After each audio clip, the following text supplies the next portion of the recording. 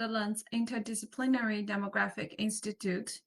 I'm very happy to be here on behalf of my team to present to you the Generations and Gender Program, a global data infrastructure for evidence-based policies and decision-making on demographic issues in Europe, Asia, and South America. Before I start, I just want to say thank you to the UN World Data Forum for this nice opportunity. And I would also like to thank our organizers for this session, UNFPA, UNSE, Statistics Norway, and our partners in Hong Kong, Uruguay, and Buenos Aires. The aim of this presentation is twofold. First, I would like to introduce to you what is GGP, Generations and Gender Program, what do we do? And second, and maybe more importantly, to get you excited about our work and maybe think of collaborating with us in the future. In order to do so, this presentation will have three parts. I will first introduce the GGP and our team in a nutshell, and then I will focus on the main product, which is the data that we collect, generations and gender surveys. And last but not least, there are also various hot topics or issues that we are focusing on. I would also say a few words about that. So GGP, Generations and Gender Program, in one sentence, it is a social science infrastructure for research on population and family dynamics. However, when you think of research infrastructures, you would immediately maybe thinking of those big research infrastructures with large investments, such as the Einstein telescope or the aerosol clouds and trace gases research, which is a work that involved in measuring emissions, for example, from volcanoes.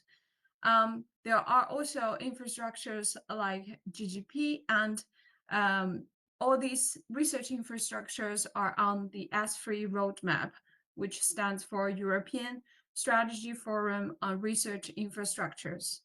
And GGP was elected in 2021 to join this roadmap as a recognition of our scientific excellence and our importance in the field.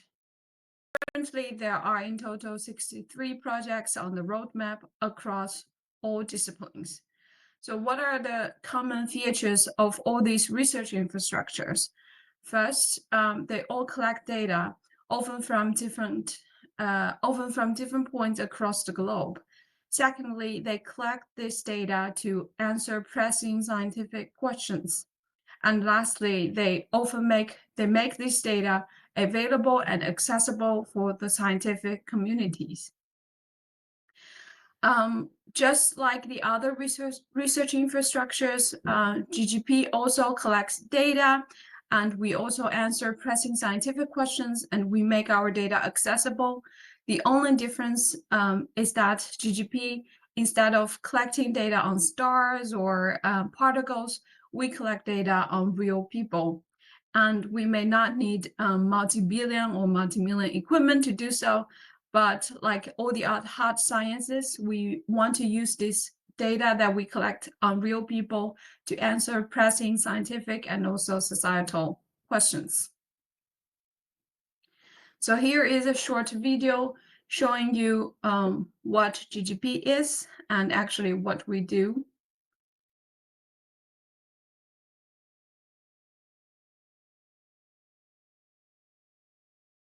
The Generations and Gender Program is an international research infrastructure for high-quality and open-source data.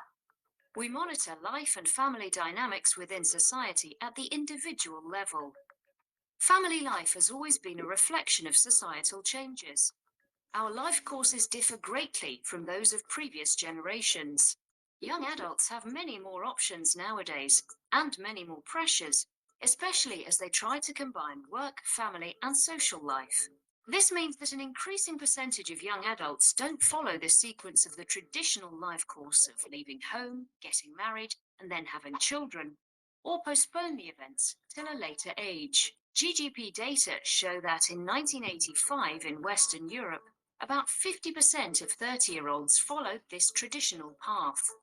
20 years later, only about a quarter of young people fit this traditional pattern. Policymakers.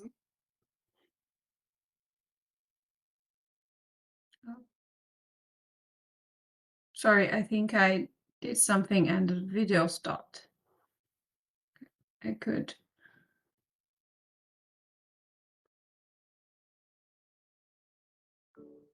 try to. Operations. Young adults have many more options nowadays and many more pressures, especially as they try to combine work, family, and social life. This means that an increasing percentage of young adults don't follow the sequence of the traditional life course of leaving home, getting married, and then having children, or postpone the events till a later age. GGP data show that in 1985 in Western Europe, about 50% of 30-year-olds followed this traditional path. 20 years later, only about a quarter of young people fit this traditional pattern. Policymakers need to know how to support young adults as their lives unfold. To provide this support, we need to know the causes and consequences of change in people's lives. High-quality data and innovations are needed to answer these and other questions. This is where GGP comes into play. GGP takes the dynamic complexity of real people's families and lives and makes it accessible as high-quality, comparable data sets to researchers, policymakers, and civil society. Its focus on the complexity of family life across different countries is what makes the GGP a unique data resource in understanding rapid and profound social change. We curate these data sets to help others address pressing societal challenges. Our data sets are invaluable for formulating good policy. We provide access to these data sets to an ever wider audience. We do this because we believe this contributes to a better match between the realities of people's needs and the public policies designed to support them. To follow our research and to benefit from GGP's expanding datasets, contact us.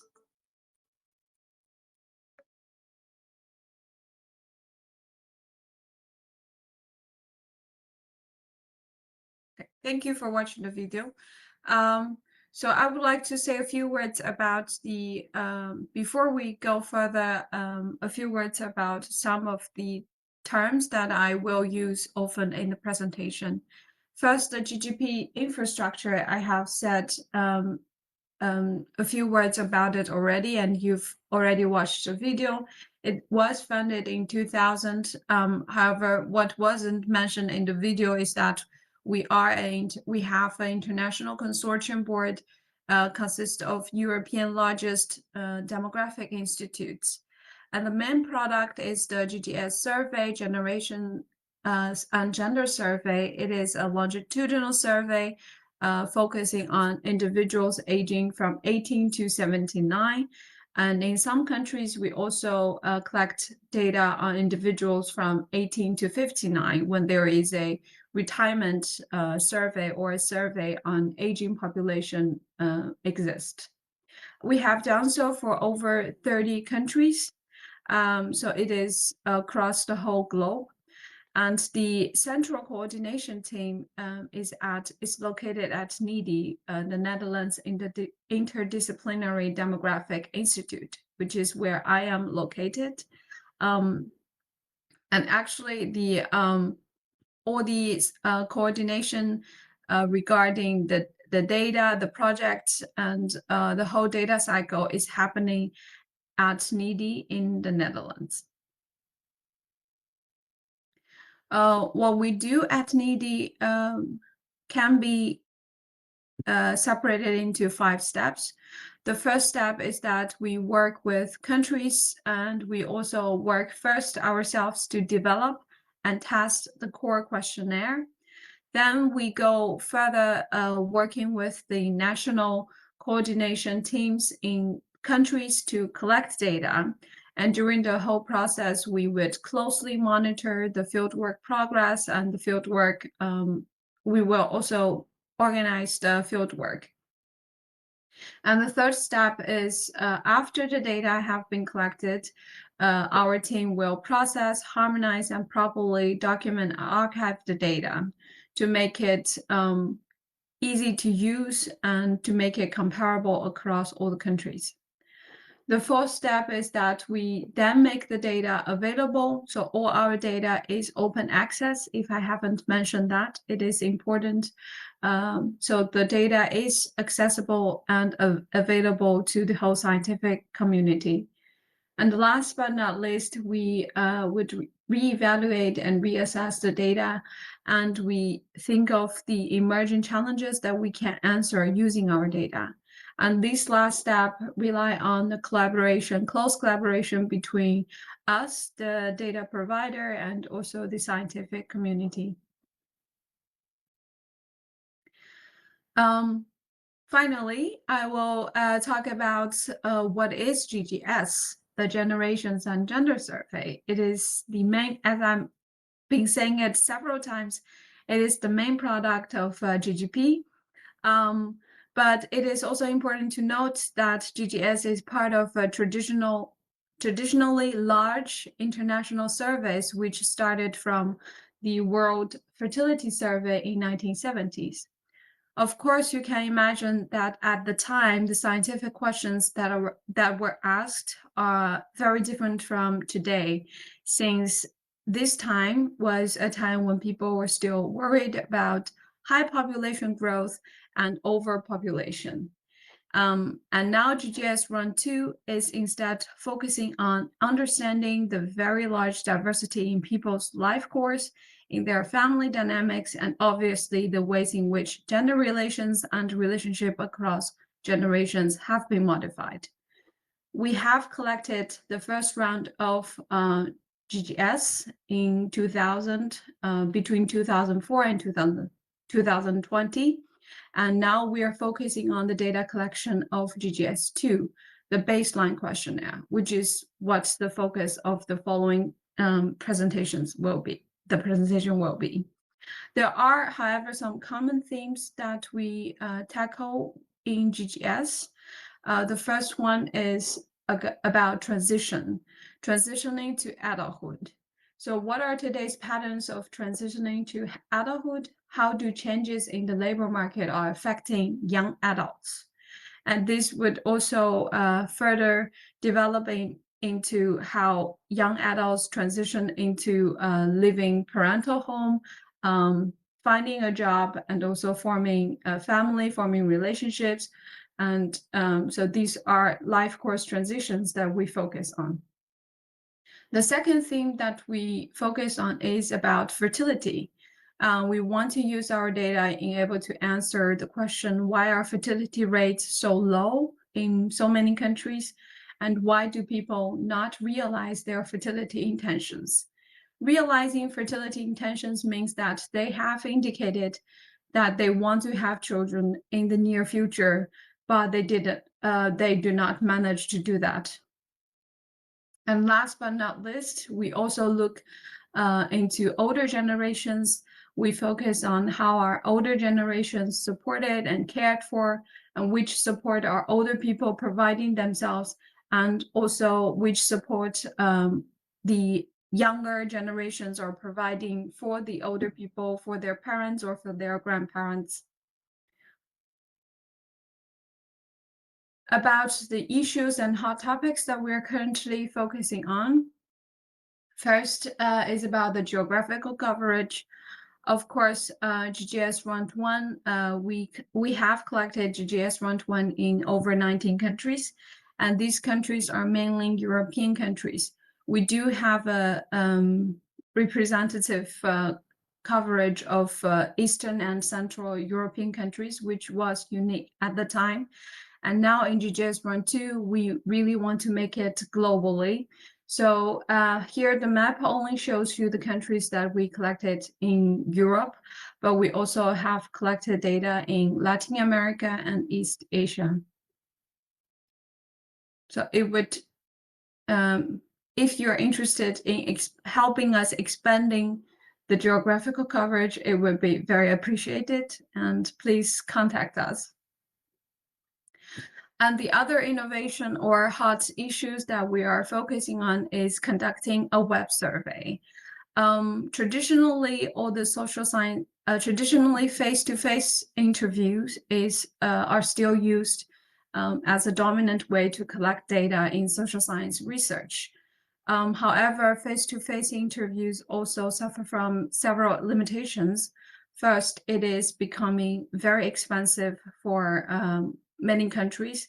And secondly, it is also often difficult to find a good quality survey agency that is able to collect high quality face-to-face interview data. And second, there are also other methodological concerns such as interviewer effect during the face-to-face interview. And also during the pandemic, face-to-face interviews were even not possible. That's why in GGS Run 2, we made a switch from face-to-face interviews to web-based interview. I'm not going into the technical details of the surveys that we have done. I just want to show you the number of countries or territories that have collected GGS Run 2 data using completely web-based interview. So this is 100% CAWI countries, meaning computer-assisted web interview.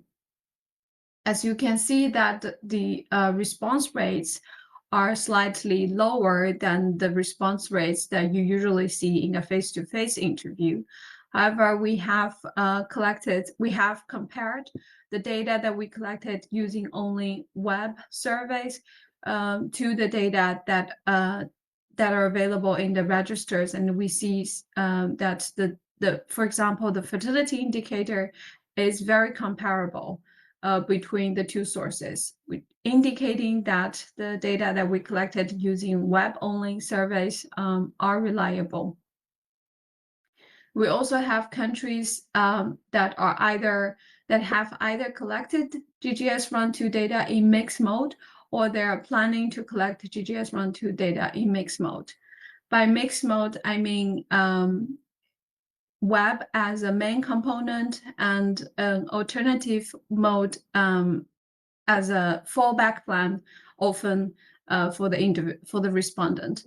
For example, in Czech Republic, it is designed to be a push to web survey. So the respondents were first offered to do the interviews completely by themselves on the web. And if there's no respondent, if some of the respondents not reacting to that, they would offer a CAPI mode, which is computer assistant personal interview, face-to-face interview to those respondents. There are also, however, countries or territories that have collected GGS data in completely face-to-face interview, 100% CAPI mode. And you can see that these countries have started early. One of the reasons is also because the internet penetration is relatively low in these countries. Therefore, they cannot rely on collecting data using completely web-based survey. So these variations across countries, we have all been discussing, and also before implementing, we would always agree with the countries or discuss with the countries what is the best practice in the fieldwork. We have also made some exciting impacts, and we have used our data to informing policies. For example, the international organizations, UNFPA, UNECE, have been using GGS to addressing challenges arising from population change and embrace demographic resilience in Europe and Central Asia. So you can see this is the report about the result. And they have also been using the GGS data to attend to aging and calculate active aging index. At the national level, GGS data have also been employed to develop policies to reduce unmet family planning needs in Moldova. It has been used to understand family formation and gender roles in Poland, and it is also an open data source for policymakers and society at large in Estonia. So with this, I'd like to conclude my presentation, but as I said before, we look forward to collaborating with all of you in the future. And if you are interested in using our data, it is open access and you can access it, download it, and use it to understand the society, the scientific questions, the challenges that you want to answer. So if you have any questions or intentions for collaboration, please let us know. Yeah, that would be the end of my presentation. Thank you very much.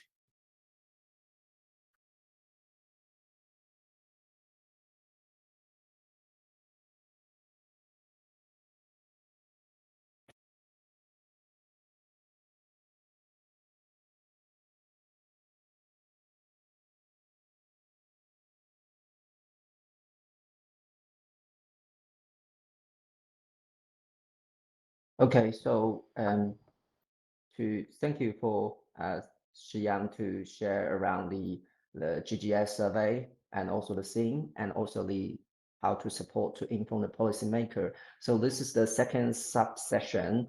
My name is Walter Lin. I'm the managing director of the CEDES in Asia, who will be this moderator at the session. So morning, afternoon, everyone. So no matter where you are in the world, welcome to this session. So before I kicking off this session, and I would like to do a very quick briefing on what CEDES. So CEDES is a global business membership organization to join companies in the global supply chain to improve their social and environmental performance. So while our exchange data platform, actionable data insight, tool and methodology and project, we are working with our members to promote a sustainable and responsible business, which will benefit for the people and the environment. So alongside with me, I'd like to introduce two of my good friends and also my colleague. So the first one is the Claire. Claire, are you online? Can Hi, you tell? Walter. Hi. So Claire is the Symmetra Evolution and Impact Lead based in UK, and she getting up very early in London. But also, I'd like to introduce Alex from Wulula, which is the program manager for analytics based in Canada, which is very late at your end, Alex. Alex, are you online? Hi, good Okay. morning. Okay, great. So we don't have a presentation at this moment. So this is we will run by a very quick Q&A questions. So I think initially I'd like to say nowadays more and more companies and organizations, both in the public and the private sectors, all talk about the sustainability, all the ESG, which is environment, social, and governance. So the social element, gender equality, or women empowerment, which is a fundamental and key topic. And as everybody knows that supply chain is a critical part of any companies or organizations. So women in the supply chain could play a very important role to shape the business as well. So our session will aim to look at the gender equality and the women empowerment from a sustainability assessment perspective, but also the workforce or worker voice engagement technology perspective as well. So first, my question to you, Claire. So our audience, no matter they are on-site or online, may not be familiar with the supply chain sustainability assessment tool, such as SAQ or Symetra. So can you have a quick introduction around SAQ or Symetra and how this tool can play a role in identifying and collecting data in a way that is gender sensitive and inclusive? So over to you, Claire. Thank you so much, Walter, and it's an absolute pleasure to be here this morning for me, but this evening for many of you as well.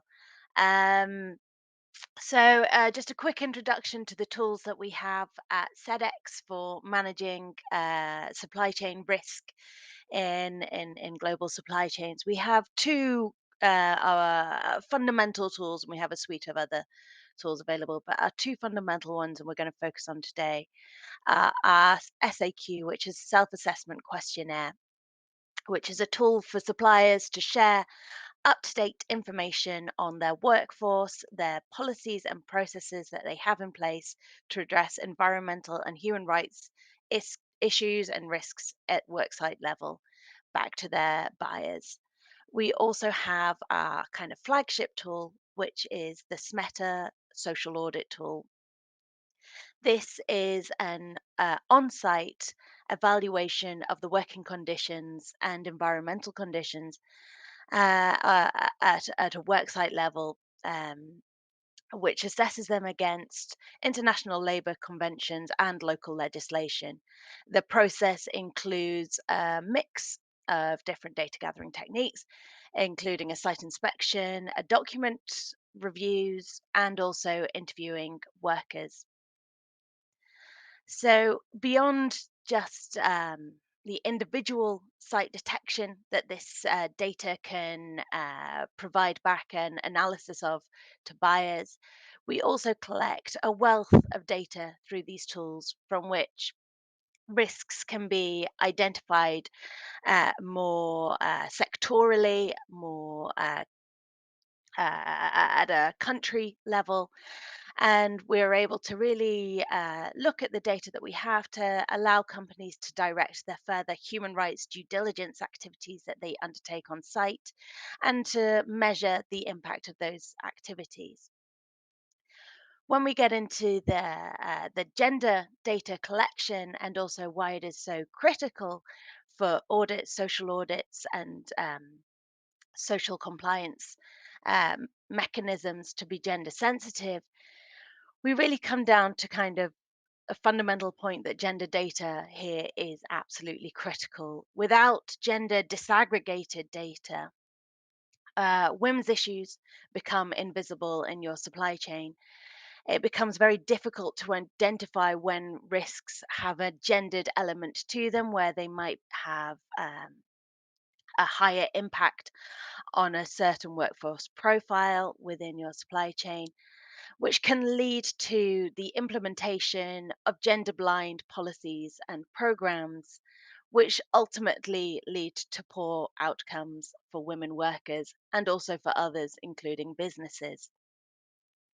So, where we really are focusing a lot of our attention at SEDEX has been on improving the workforce profile data that we gather, how much of that is gender disaggregated, allowing a much richer picture of the demographic of a workforce, from who is in what genders are in what roles on site, to who is paid at what levels on site, to what kind of contracts are held on site, to different vulnerabilities that can also be intersectional, such as how many women are migrant laborers as well, which can really help to stop some of the policies and programs that are being put into place from being quite so gender blind. Where we have some challenges in this area is that we're a global and cross-sectoral organization, so we're really having to upskill and to improve the human resources tools that are in place in work sites across the world, so that they can really accommodate these new kind of gender data points and being able to share them back to our tools. Uh, our other kind of critical area that we have that we know makes such a difference in ensuring that the social audits themselves are gender sensitive is looking at the approach to the gender collection. We understand and we know through pilots that we have undertaken just what a difference it makes when there are women auditors on site, and where there has been specific training of auditors on the gender dimensions to the risks that they are assessing against. We have seen through recent pilots where we have looked at gender sensitive approaches to audits that you can more than triple the gendered risks that you find on site just through the two simple acts of gender sensitive training of auditors and having women or female auditors on sites.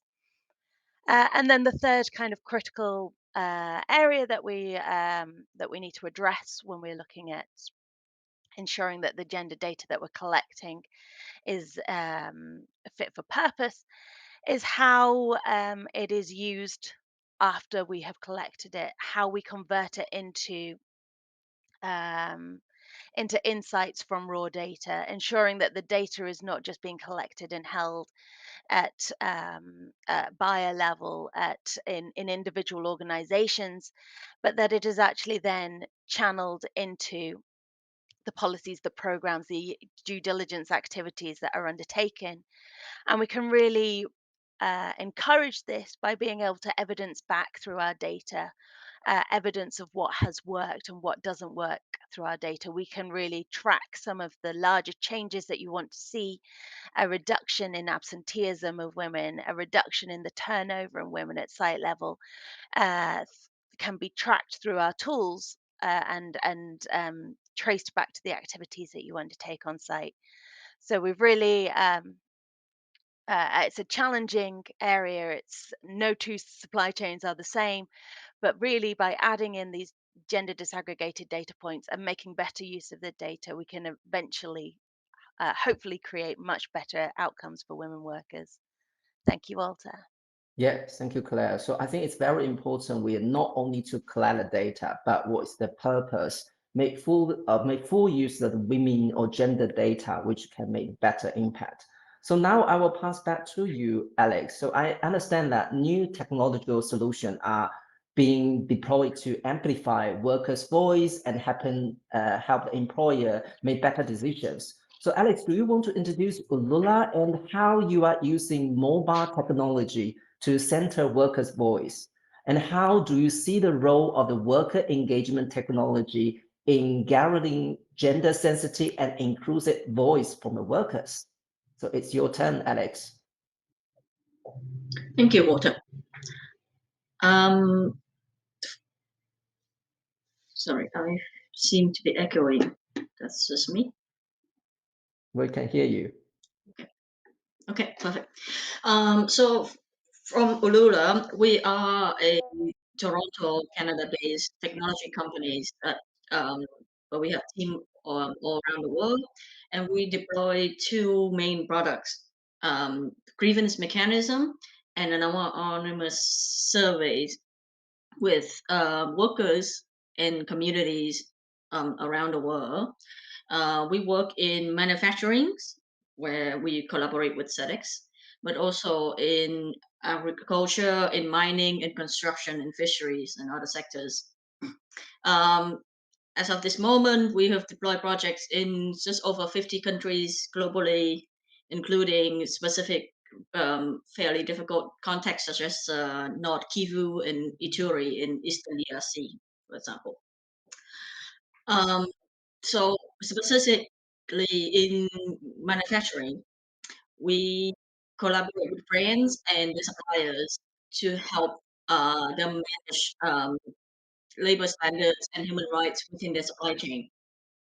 And we do this by running mobile-based surveys directly with workers um, of both online and offline channels. We offer multiple channels, and this enable workers to offer their honest opinion directly to the brands or to other buyers globally, um, choosing a channel that is most convenient for them, depending on their access to the technology and their level of income, but also in their preferred language. And we run surveys in any language globally, including ones that are spoken only, doesn't have written form, for example.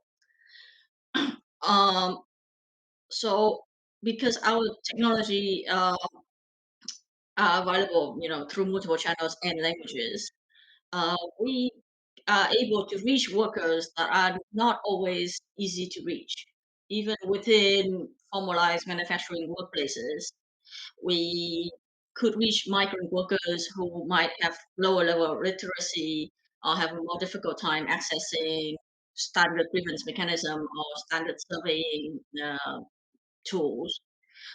Uh, and in sort of speaking of the inclusiveness of the women, in in some places where women voices are not um, as loud or as audible due to cultural reasons or maybe other factors, um, we've been able to offer them a way to share their honest opinions in an anonymous manner that they could feel safe about, and uh, in this way, amplifying their voices and ensure that they have a fair representations in a lot of other interventions that might have, including meta audits, for example. Um, the other thing that we have done to improve women's representations of minority groups in supply chains management, human right management efforts, uh, to even though our surveys are always anonymous, we have a way to enable people who consent, who provide consent, to be retained in a sense of being a panel. So we can always reach out to them after the initial survey um, with follow-up survey. So we can always send surveys that are specifically about their experience of, if this initial survey showed that there was a lot of experience of sexual harassment, for example, we could send follow-up survey to a specific group. So, for example, to women only or to women migrant workers only, to really get a better pictures of the context and the real situation there. And last but not least, we to close the loop, we could also what we've always done is to close the loop in at sites where we run the survey over a long period of time by um, asking questions about the effectiveness of training. So we could, the initial survey might have detected certain issues, and we are able to send follow-up survey that asks about the effectiveness of the measures that management have implemented in the meantime, and again segregate this by the experience of men and women to see if the certain type of training works better for certain groups, certain intervention benefit one groups better than others, and from these we can gain some lessons learned that way.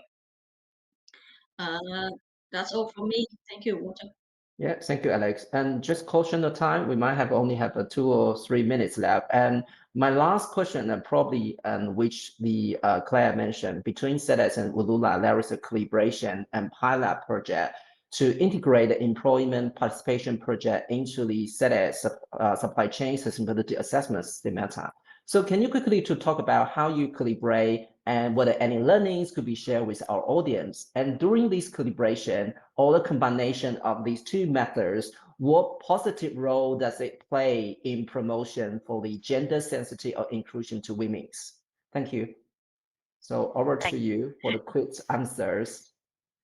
I'll be very quick from my side, Walter. So we were very keen at SEDEX to partner with Alula to really try to understand whether arming auditors with better data ahead of an audit, gender disaggregated data through worker surveys, could help them to identify some of the more deep-rooted and discriminatory issues that are on site that are historically very difficult to find, whether they could analyze this data and be able to use it to find these hidden risks, and also whether partnering with worker survey tools allowed for more women to be part of the audit process and allowed their voices to be heard more easily and for it to be more of a, um, a gender sensitive approach. I'll pass over to Alex for further comment.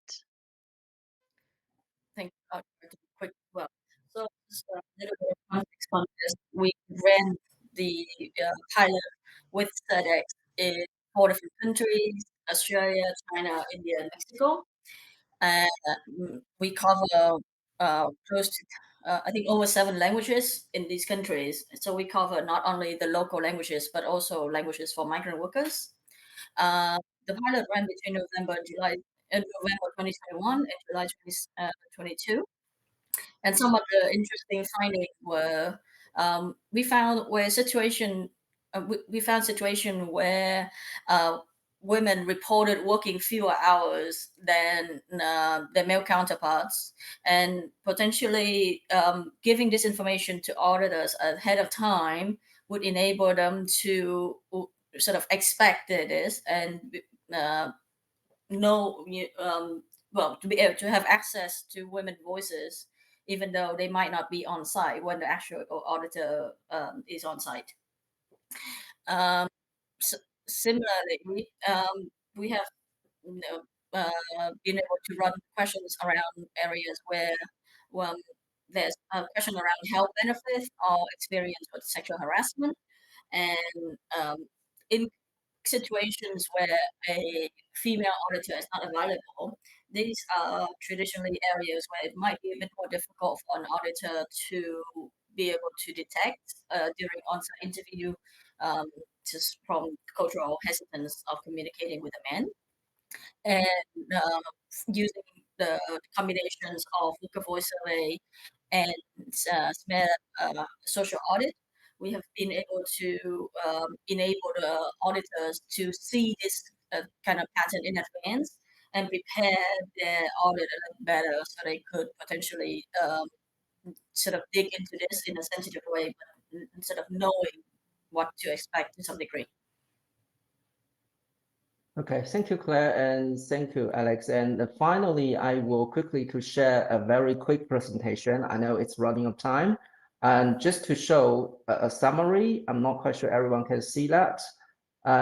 So it's more about recap of our session to talk about the 3 points. And in case anybody online or in the on-site, if you've got any further question, please feel free to contact Claire and Alex for further comment and question, because they are their emails in here.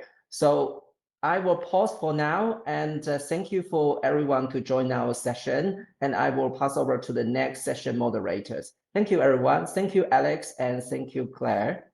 I will stop sharing for now. Thank you. Thank you, Walter. Thank you, Claire.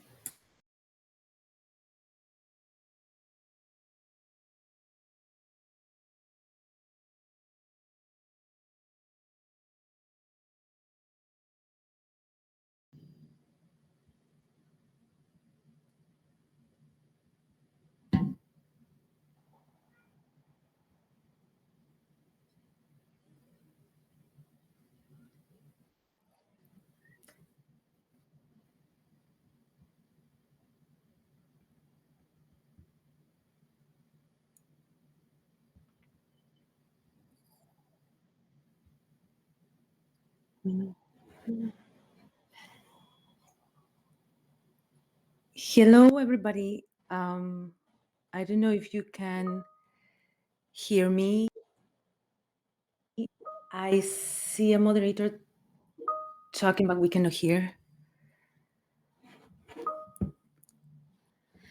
Okay, we are trying to share the slide. I'm not sure if you can hear me. Okay, it seems now you can hear me and you can see me.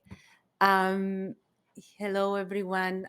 We are trying to share the slides.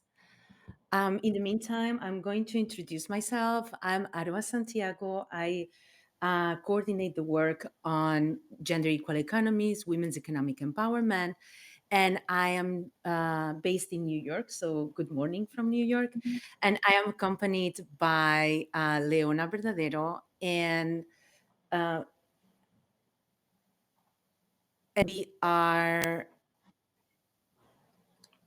okay, I'm trying to share the screen. I see we are sharing the tool. I am trying to share the PowerPoint. Let's see if I can share the PowerPoint. It says I cannot share. Maybe Leona, if you can stop sharing, I can try to share the PowerPoint myself.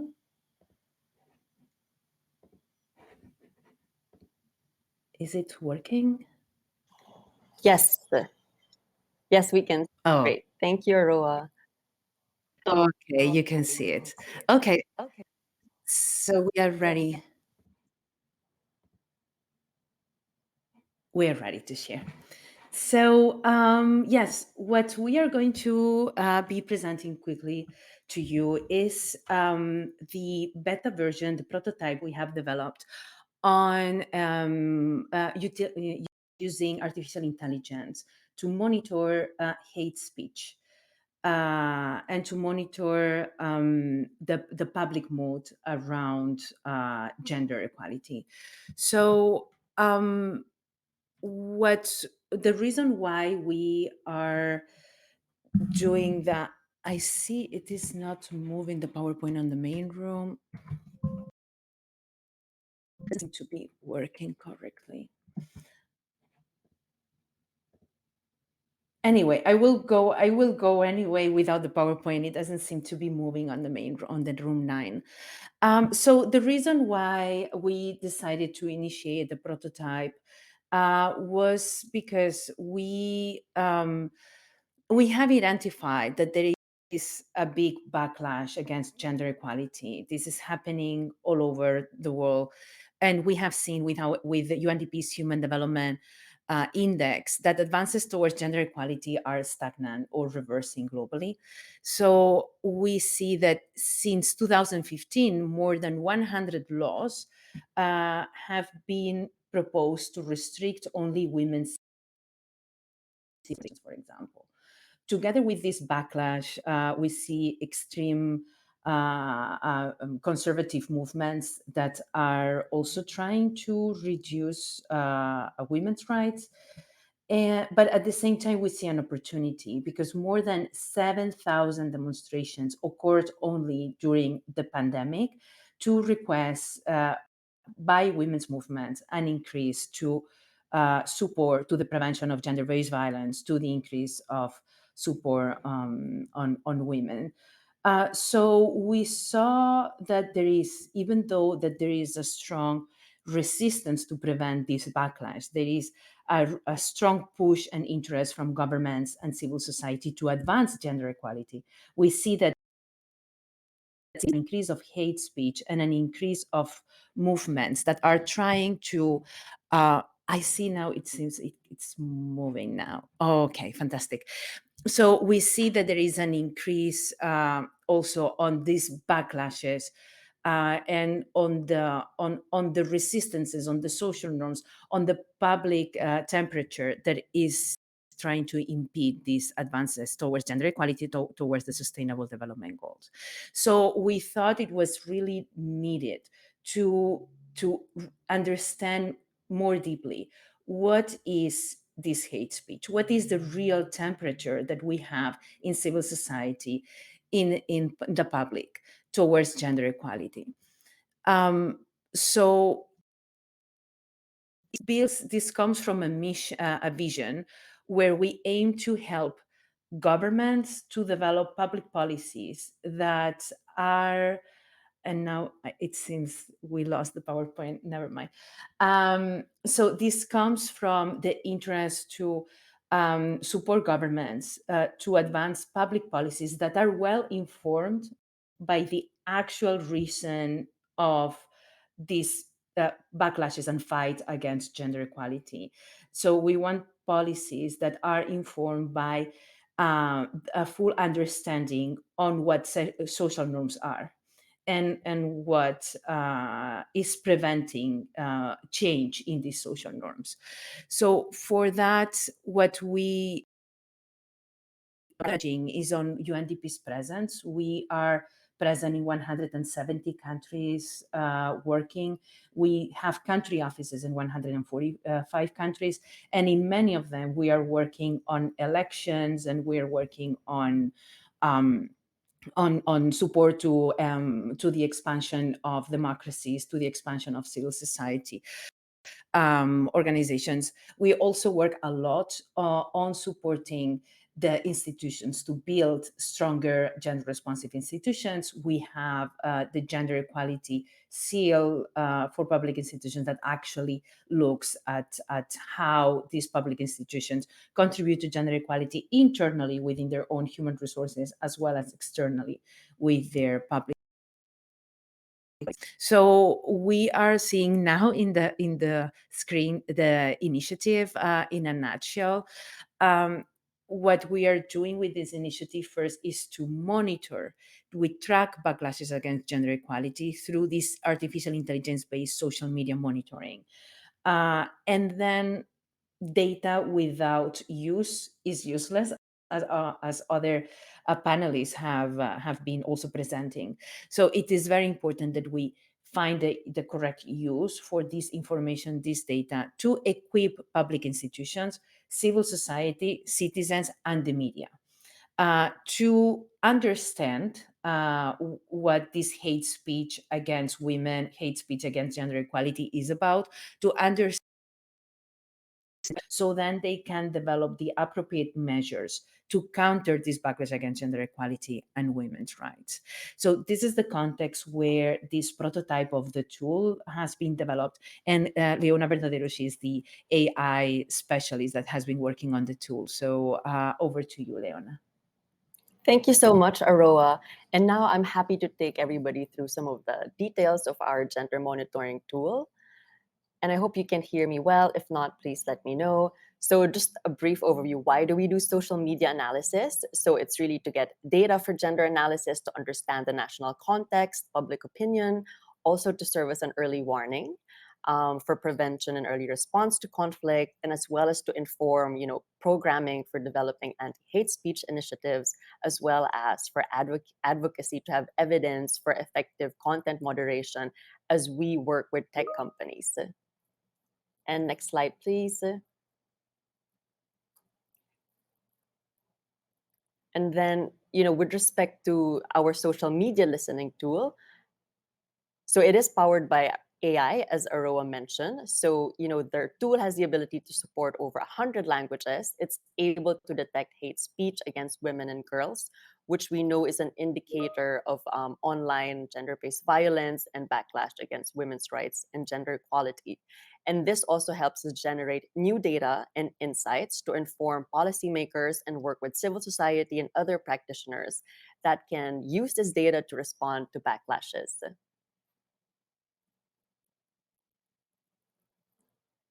And how we work with across UNDP, so but on a global and a country level. So this is a global tool, but this also really serves to empower country offices to support their gender equality initiatives. It's able to be tailored to local needs.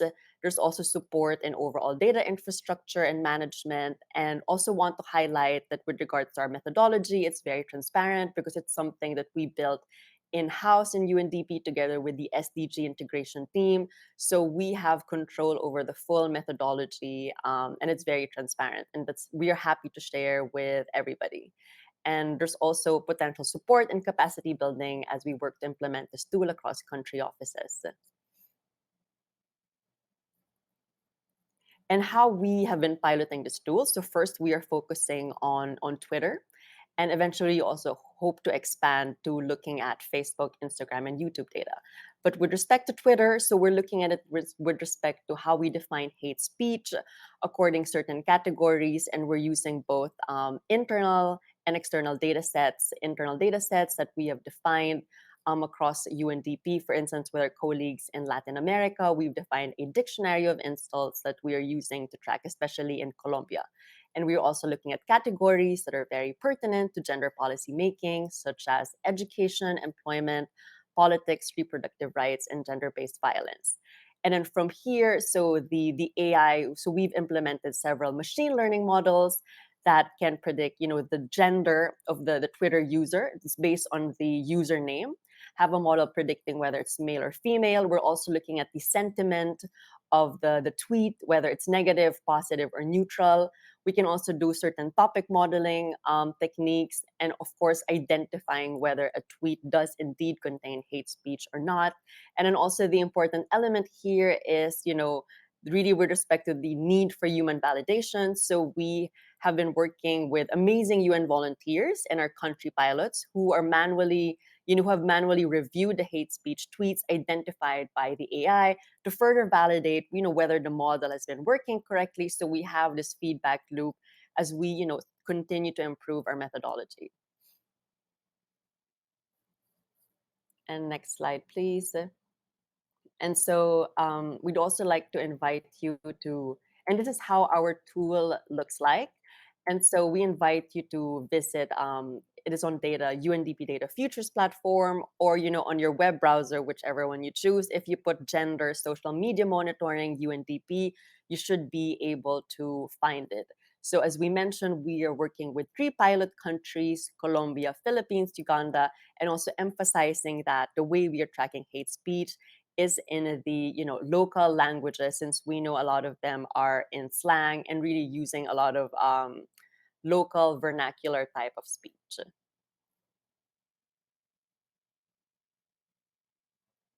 And with the next slide, please. We'd also like to focus on the results that we have been seeing so far with respect to our monitoring. So what we can see actually, so for instance, we have data from August 2021 up to the present. So it's an ongoing real-time monitoring tool that is updated on a daily basis. So we monitored over 2.5 million tweets, and out of which 15% of the tweets contain hate speech against women. And within those subset of 15% tweets, we found that 70% of them come from male users versus 30% from female users. And again, categories where hate speech is prolific, it varies across our pilot countries. So for Colombia, it's in violence, gender-based violence and politics. In the Philippines, it's with employment and politics. And with Uganda, it's in gender-based violence and employment. And then we're also able to look at, as we mentioned before, so we're looking at it in terms of sentiment. So for instance, we found that in Colombia, from December 2022 to March 2023, most of the tweets across the categories that we're looking at reflect a negative sentiment. So with respect to the public mood, with respect to education, politics, reproductive rights, and gender-based violence. And here it's also, we want to emphasize that we also look deeper into the actual text. So we're doing some text analysis of the actual language that we are using. And just to give an example in the next slide, so for Colombia, so you can see for those that speak and you speak Spanish, most of these are the words and the phrases mostly associated to mujeres or women in Spanish. So a lot of it is really related to, violation of human rights, sexual abuse, gender-based violence, femicide. And here there's also reference to Women's Day that happened early March, on March 8th. And also, so it's also something that we are doing to be able to dig in deeper and really understand, specific topics that people are talking about. And as Aroa mentioned, for the next slide, it's also the most important thing is how we use this data. So some examples across different country initiatives. So essentially, we found 3 main ways that it's been used so far. So it's with respect to content moderation and advocacy. So it's creating partnerships with civil society organizations and tech companies. And we have excellent examples in Sri Lanka and Libya, and as well as it enables teams to design anti-hate speech messaging. So that's been done in Azerbaijan and Kenya, for instance. And lastly, with respect to policy dialogue in Colombia and Uruguay, where the data is used to work with legislations to tackle hate speech, and again to serve as evidence on how to engage with social media companies. And this is our last slide. So with respect to the next steps. So for now, we are in pilot phase, but very excited to roll out the tool across regions and countries. And also now we will be starting to expand our data coverage by also looking at Facebook, Instagram, and YouTube, because we know that depending on the country, a lot of the users are more on Facebook or Instagram or Twitter. So we need to make sure that the tool really does adapt to the country context, the social media context. And we'll also use this to develop more knowledge products and also key things that to inform prevention and protection initiatives and policies. So I'll end there for now. Thank you so much. And also passing it on to Aroa if she would like to add some more information. Thank you. Thank you very much, Leona. Yes, I think we can leave it here. We are very happy to follow up with any of you who would like to discuss anything else. Leona shared on the chat the link also, and we can go through that link or through the organizer. So over to the next one on the agenda item. Thank you so much.